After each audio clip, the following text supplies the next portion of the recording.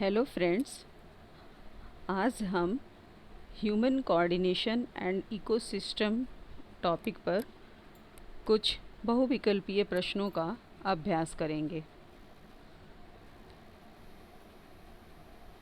चलिए फ्रेंड्स, आपके सामने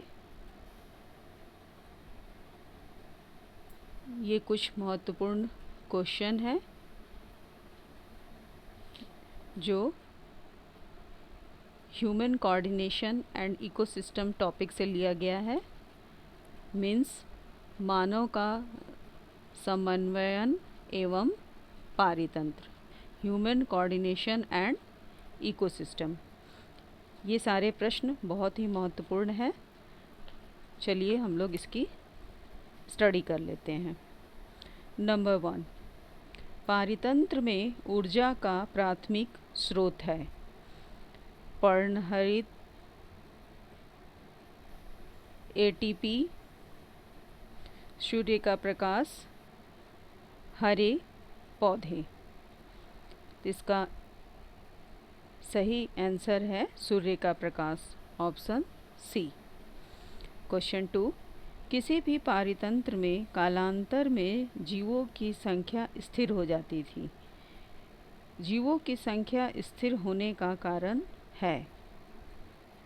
किसी भी पारितंत्र में कालांतर में जीवों की संख्या स्थिर हो जाती है। जीवों की संख्या स्थिर होने का कारण क्या है? ऑप्शंस: अपघटक, उत्पादक, उपभोक्ता, ये सभी। तो इसमें सारे ही इम्पॉर्टेंट है, तो इसका डी ऑप्शन सही है।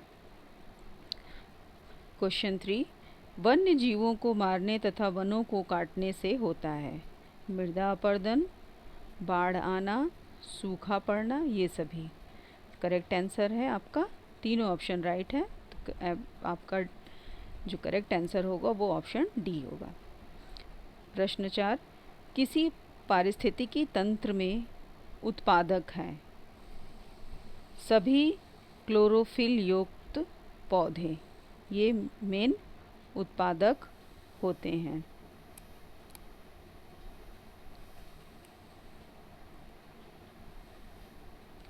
नेक्स्ट क्वेश्चन 5, एक से अधिक जातियों का समूह जो किसी स्थान पर रहता है उसे कहते हैं पारितंत्र, जैव समुदाय, जैव समुच्चय, जैव विविधता। इसका करेक्ट आंसर होगा जैव समुदाय। एक से अधिक जातियों का समूह जो किसी स्थान पर रहता है वो जैव समुदाय कहलाता है। क्वेश्चन 6, इकोलॉजी यानी पारिस्थितिकी शब्द को देने वाले थे। पारिस्थितिकी शब्द को किसने दिया था? E Haeckel, Mishra, Odum, Reiter. Reiter नाम के व्यक्ति ने इकोलॉजी शब्द को दिया था। प्रश्न 7, जीवमंडल में सम्मिलित हैं। ऑप्शंस आर वायुमंडल, जलमंडल, स्थलमंडल, ये सभी। करेक्ट आंसर आपका होगा ये सभी। जीवमंडल में ये सारे मंडल शामिल हैं। प्रश्न 8, समुद्र तल से लेकर पहाड़ों की चोटियों तक कितना चौड़ा भाग होता है जो जैवमंडल के अंतर्गत आता है? 11.4 kilometre, 224 kilometre, 2.24 kilometre, 22.4 kilometre. Correct answer 22.4 kilometre. Question 9, रचना एवं कार्य की दृष्टि से जैव समुदाय एवं वातावरण एक तंत्र की भांति कार्य करते हैं, इसे कहते हैं। ऑप्शंस आर पारितंत्र, पारिस्थितिकी तंत्र, जैव तंत्र, जैव समुदाय। तो इसे कहते हैं हम लोग पारितंत्र। Option A right. प्रश्न 10, जीवाणु एक्टिनोमाइसीज एवं कवक को कहते हैं? भक्षपोषी उपभोक्ता, अपघटक, प्राथमिक उपभोक्ता। कवक को हम अपघटक कहते हैं। Option C is right. प्रश्न 11, परपोषी घटक में शाकाहारियों को कहते हैं? उत्पादक, प्राथमिक उपभोक्ता, द्वितीयक उपभोक्ता, अपघटक। परपोषी घटक में शाकाहारियों को प्राथमिक उपभोक्ता कहते हैं। क्वेश्चन 12, पारितंत्र में अजैविक एवं जैविक घटकों के मध्य की योजक कड़ी है? अस्थायी अवस्था, खाद्य जाल, जैव संरचना, पोष रीति। पारितंत्र के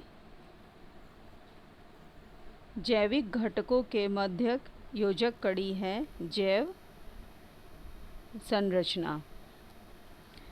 प्रश्न 13, एक पारितंत्र में दो घटक होते हैं? पादप एवं प्राणी, जीवीय एवं अजीवीय, मछली एवं मेढक, मेढक एवं शेर। तो इसका सही आंसर होगा आपका option B, biotic and abiotic, जीवीय तथा अजीवीय। प्रश्न 14, प्रकृति में सर्प पादपों पर निर्भर कीटों को खाते हैं? यदि मोर सर्प को खाता हो तो मोर होगा प्राथमिक उपभोक्ता, प्राथमिक अपघटक, पादपों का अंतिम अपघटक, खाद्य स्तूप का शीर्ष। तो ये होगा आपका मोर जो होगा वो खाद्य स्तूप का शीर्ष होगा, टॉप पे। Option D is right. Question 15, पारितंत्र का गतिक हृदय कहलाता है? उत्पादक एवं ऊर्जा प्रवाह, उपभोक्ता एवं खनिज चक्र, उत्पादक एवं खनिज चक्र, ऊर्जा प्रवाह एवं खनिज चक्र। तो पारितंत्र का गतिक हृदय ऊर्जा प्रवाह एवं खनिज चक्र कहलाता है। Option D is right. प्रश्न 16, मरुस्थलीय बनने का मुख्य कारण है? वन रोपण, वन आरोपण, जलमग्न होना, अधिक कटाई। इसका सही आंसर होगा आपका ऑप्शन बी, वन आरोपण, मैंने वृक्षों को ज़्यादा काटना, वन आरोपण। प्रश्न 17, जलवायु परिवर्तन के प्रमुख कारण हैं?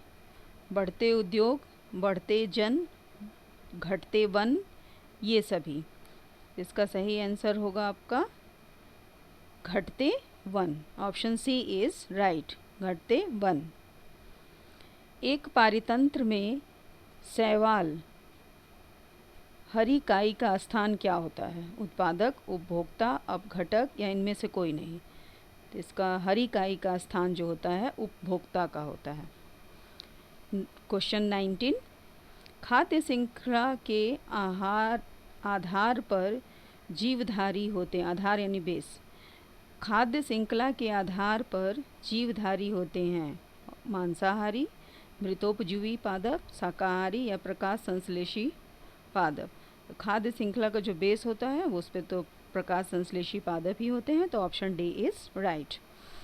क्वेश्चन 20, जीवों के खाद्य स्वभाव में जितनी विविधता होती है खाद्य श्रृंखला उतनी ही होगी। क्या होगी? लंबी, अधिक लंबी, छोटी, अधिक छोटी।